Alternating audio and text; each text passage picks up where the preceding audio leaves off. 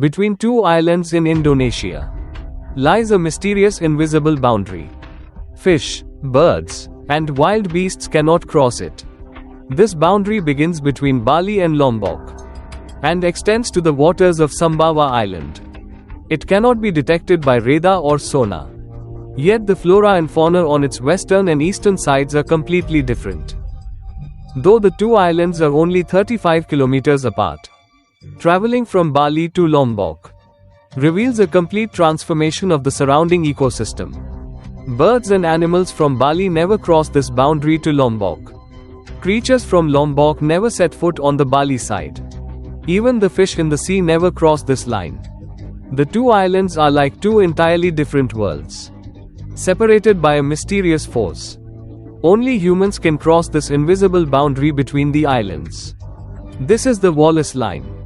This boundary was discovered by British explorer Alfred Russel Wallace about 150 years ago. Anyone who studied biology in school likely knows Alfred Russel Wallace through the theory of natural selection. Wallace's life is equally legendary. In 1823, he was born into a poor family in England. His father was a cartographer, often traveling to various places for work. Wallace loved reading from a young age. But due to family poverty, he was forced to leave school early and take over his father's cartography business. This life choice eventually made him world famous. His travels with his father sparked Wallace's deep interest in geography and wildlife. At every new location, he collected local plants and insects. In 1854, he observed various parrots and other exotic species in Indonesian waters and meticulously recorded his observations in his diary. He then sailed to Lombok, 35 kilometers away. Upon arrival, he was utterly astonished. The flora and fauna here were completely different from Bali's. Species like the Komodo dragon, kangaroos, and koalas never appeared in Singapore, mainland Indonesia, or Bali. Wallace and his companions were puzzled, unable to understand why such differences existed. At this very moment, Wallace contracted malaria and was forced to recuperate in a house on the island. This illness gave him time to ponder this invisible boundary. Suddenly, it dawned on him. All species on Bali were closely related to those in Asia, such as tigers and elephants, while creatures on Lombok shared origins with Australian species like kangaroos, koalas, and the Komodo dragon. Wallace thus proposed a hypothesis. Millions of years ago, Asia and Australia were once connected. As glaciers melted and sea levels rose, the two continents gradually separated. Seas formed between them, creating the islands we see today. Species originally living in the west remained in the Bali and Asia region. Eastern species inhabited the Lombok and Australia area.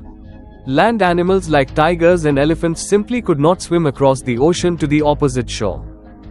This puzzle was thus solved. But another question immediately arose: why don't birds cross this boundary either? Why is there no bird exchange between Lombok and Bali? After observing birds on both islands again, Wallace found the answer. The core reason is that birds on these two islands are largely sedentary. Birds are mainly divided into two categories. One is migratory birds, capable of migrating thousands of kilometers. For example, the Arctic tern flies about 90.000 kilometers annually from the Antarctic to the Arctic.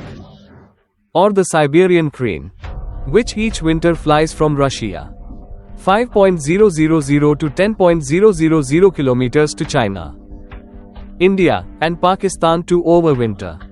These migratory birds possess special physiological adaptations, allowing them to fly long distances over the ocean. They spread their wings like airplanes and fly thousands of kilometers in one go. But birds in Southeast Asia, especially Indonesia, are mostly sedentary. They live and reproduce in their birthplace, with an activity range of only 1 to 2 kilometers. Therefore, a 35-kilometer sea channel is an insurmountable barrier for them. Thus, The reasons why land animals and birds cannot cross the boundary were finally explained. Only one last puzzle remained. Why is it also difficult for fish and other marine life to cross this boundary? Wallace could never understand this point, because the theory of plate tectonics had not yet been proposed at that time. In today's modern society, we all know the Earth is not static, but in a state of dynamic change. Beneath the seemingly flat surface, geological movements are constantly occurring. The Earth's crust is divided into numerous tectonic plates. The collisions between these plates create the Earth's myriad transformations. As we know, approximately 335 million years ago, all continents on Earth were connected as one. This supercontinent was called Pangaea.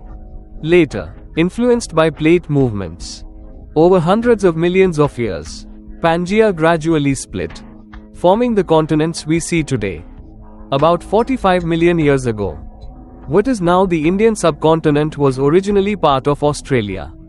Due to plate movement, it broke away from Australia and drifted northward, colliding with the Eurasian plate. This collision caused the crust of both plates to uplift and fold, creating the world's highest mountain range, the Himalayas. Plate boundaries are areas of intense geological activity. Most earthquakes originate here. This is also why earthquakes in South Asia often occur in the Himalayas and Hindu Kush ranges. The region encompassing Malaysia, Singapore, and Indonesia also experienced intense plate movements. This makes volcanic activity frequent in the area. Precisely because of this, the ocean currents in the waters between the two islands are extremely fast. Fish find it nearly impossible to traverse. Therefore, even though they are only 35 kilometers apart, Komodo dragons cannot swim to Bali, and fish from Bali cannot reach Lombok's waters. Plate tectonics is the core reason behind the formation of this invisible boundary. This theory was proven many years after Wallace's death. Yet the conclusion he reached 150 years ago was completely correct. There are many more such magical and mysterious places on Earth. We will continue exploring them in our upcoming videos.